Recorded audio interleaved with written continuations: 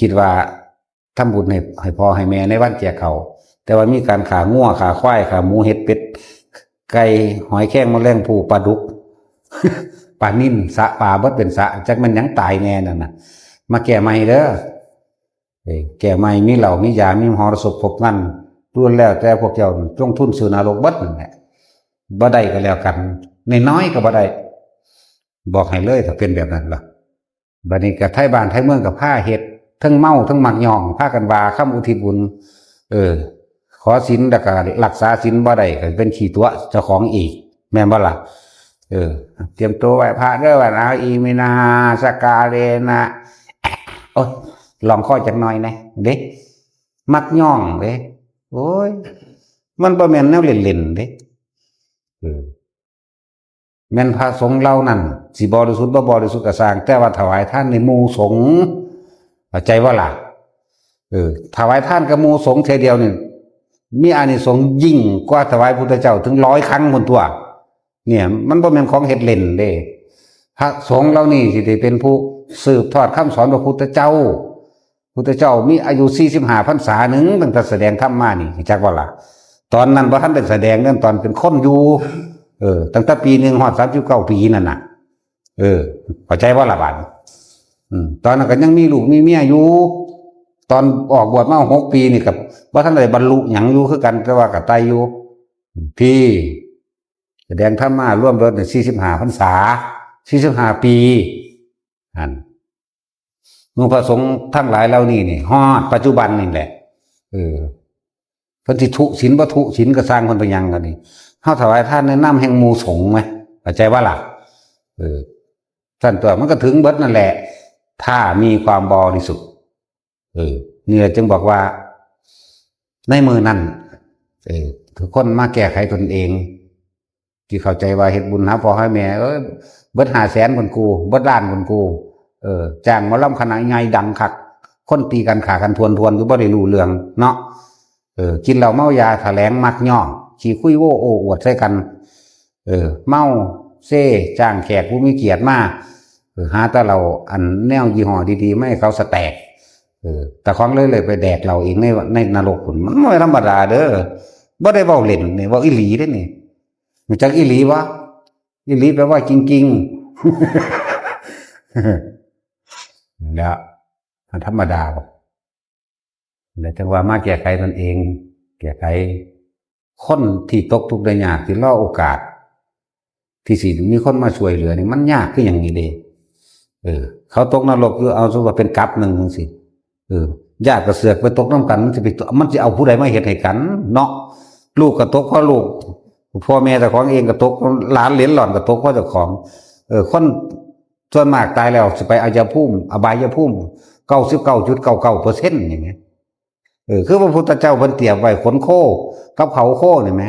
เขางัว2 เขาหนึ่งมันสิไปสวรรค์นั่นน่ะนอกนั้นลงอบายแหมบางคนก็ไปเป็นหมาบางคนก็เปรตบางคนก็ตกนรกจังซี่นะมันสิเอาอีหยังมาซอยกันได้แม่นว่าล่ะ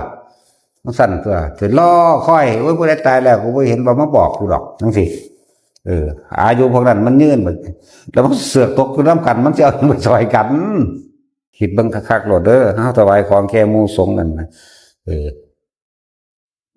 บ่ต้องว่ามีศีลหรือบ่มีศีลก็ตามพี่มันอยู่นำเฮาบุญเกิดจากผู้ให้ไม่ใช่ผู้รับแต่ว่าขอให้ท่านด้วยความบริสุทธิ์อาหารที่ได้มาก็บริสุทธิ์พิธีกรรมก็บริสุทธิ์บ่มีสิ่งที่เป็นอบายมุขอบายภูมิบ่มีสิ่งที่ขัดขวางในพระวินัย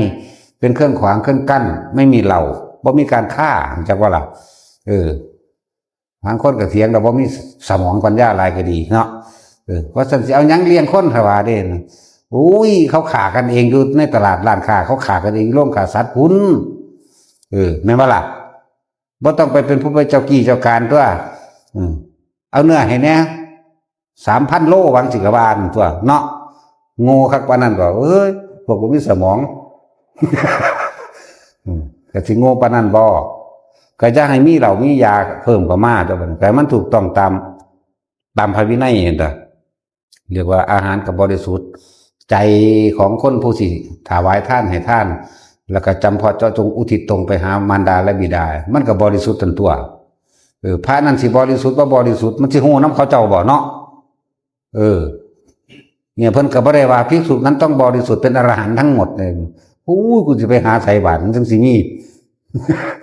ตะกูก็บ่เป็นอยู่จังซั่นเหรอ